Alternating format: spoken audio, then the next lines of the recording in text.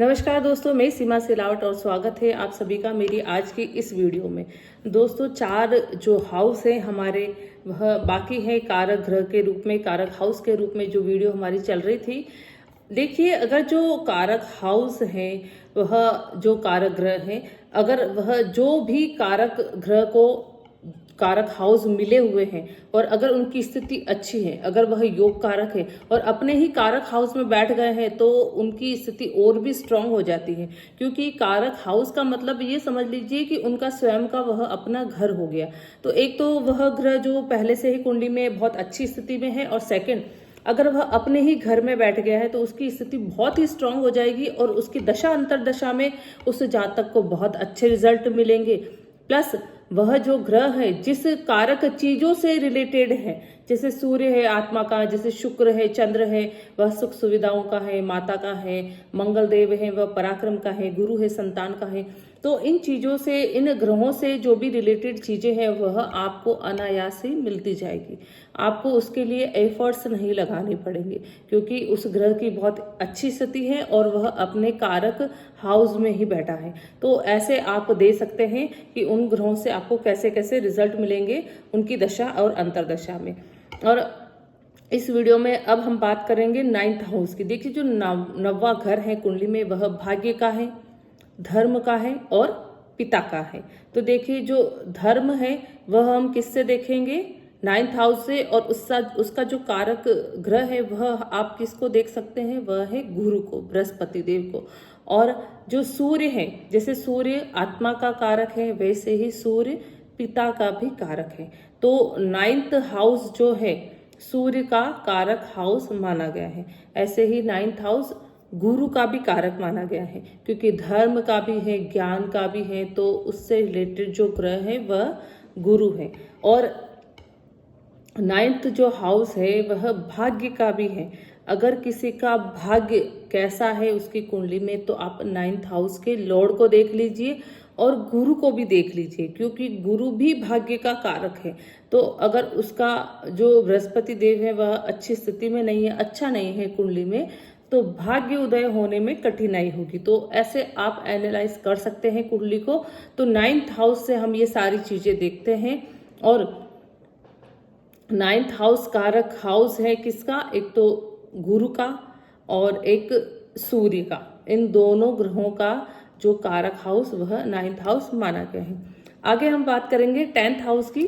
10th house जो है वह कर्म स्थान का है और साथ के साथ में स्टेटस का भी है, मान सम्मान का भी है।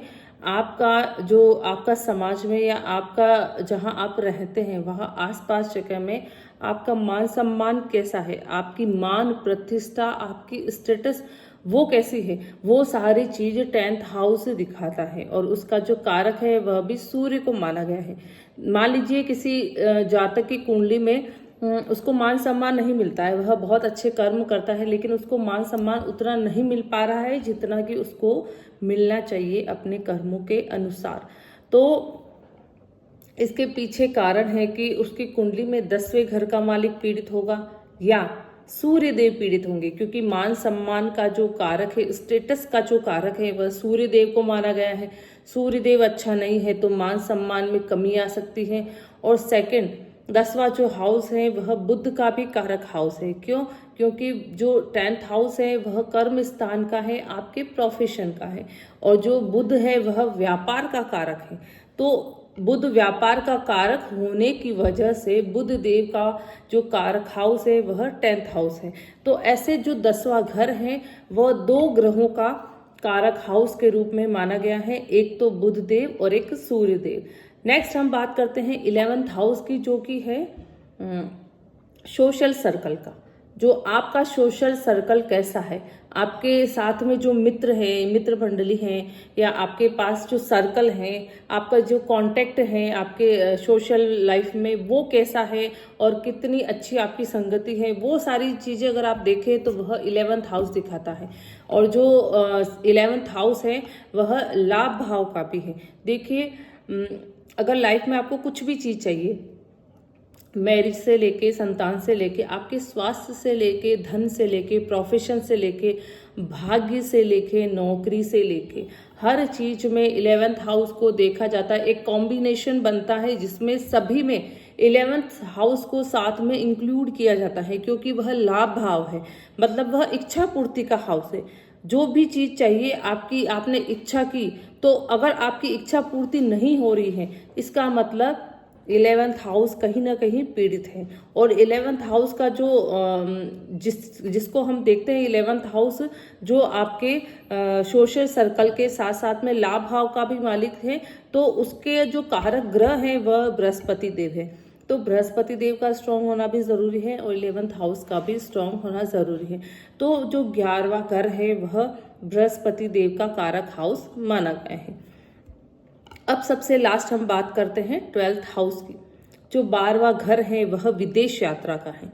और विदेश यात्रा कैसे होगी, विदेश यात्रा के लिए कौन सा कारक ग्रह माना गया है, उसके लिए है शनिदेव। तो यहाँ पर आप देखिए शनिदेव 3, जो 6, 8 और 12, मतलब जो कुंडली के त्रिक भाव है, 6ठा, 8वां और 12वां, इन तीनों हाउस का जो कारक ग्रह है वह शनिदेव ही माना गया है। अगर किसी की कुंडली में शनिदेव की दशा अंतरदशा चले और शनिदेव की स्थिति अच्छी हो, बलाबल अच्छा हो, उसकी प्लेसमेंट वगैरह अच्छी हो, शनिदेव चाहे 12th हाउस में हो, चाहे विपरीत या राजयोग बना रहे हो, तो वह योग कारक की श्रेणी में आ जाएंगे। तो उस समय में शनिदेव जो है वह आपकी कुंडली में विदेश यात्रा के योग बना देंगे, क्योंकि कारक हाउस है शनिदेव का 12th हाउस, और 12वां जो घर है वह विदेश यात्रा का भी है। ऐसे ही शनिदेव रोग के भी कारक माने गए हैं, और जो 12th हाउस है वह हॉस्पिटल के खर्चों का भी है। देखिए विदेश यात्रा का तो है, लेकिन साथ में हॉस्पिटल के खर्चों का भी है। तो 12th हाउस आपको एक तरह से विदेश यात्रा भी करवा सकता है, शनि उसका कारक ग्रह है, और साथ में साथ हॉस्पिटल के खर्चे भी करवा सकता है, आपको हॉस्पिटल भी ले जा सकता है। और क्योंकि रोग का भी कारक शनि है, तो यहाँ पर दोनों चीजों का कारक शनि बन गया है, एक तो रोग का और एक विदेश यात्रा का। तो इस तरह से 12th हाउस भी शनि देव का कारक हाउस माना गया है। तो दोस्तों ये सारे थे 1 से लेके 12 हाउस और उनसे रिलेटेड चीजें, उनसे रिलेटेड कारक ग्रह। तो आप ऐसे देख सकते हैं कि अगर मेरी लाइफ में ये चीज कम है, मुझे इसकी आवश्यकता है और आवश्यकता की पूर्ति नहीं हो रही है, तो उस चीज का, जो आप चीज पाना चाहते हैं, उस चीज का कारक ग्रह कौन सा है। कारक ग्रह आपने पकड़ लिया, उसके बाद देखिए कि इस कारक ग्रह का कारक हाउस कौन सा है, और उस कारक हाउस से रिलेटेड क्या क्या प्रॉब्लम है, क्या क्या चीजें हैं जो आपको उस चीज को पाने में रोक रही है।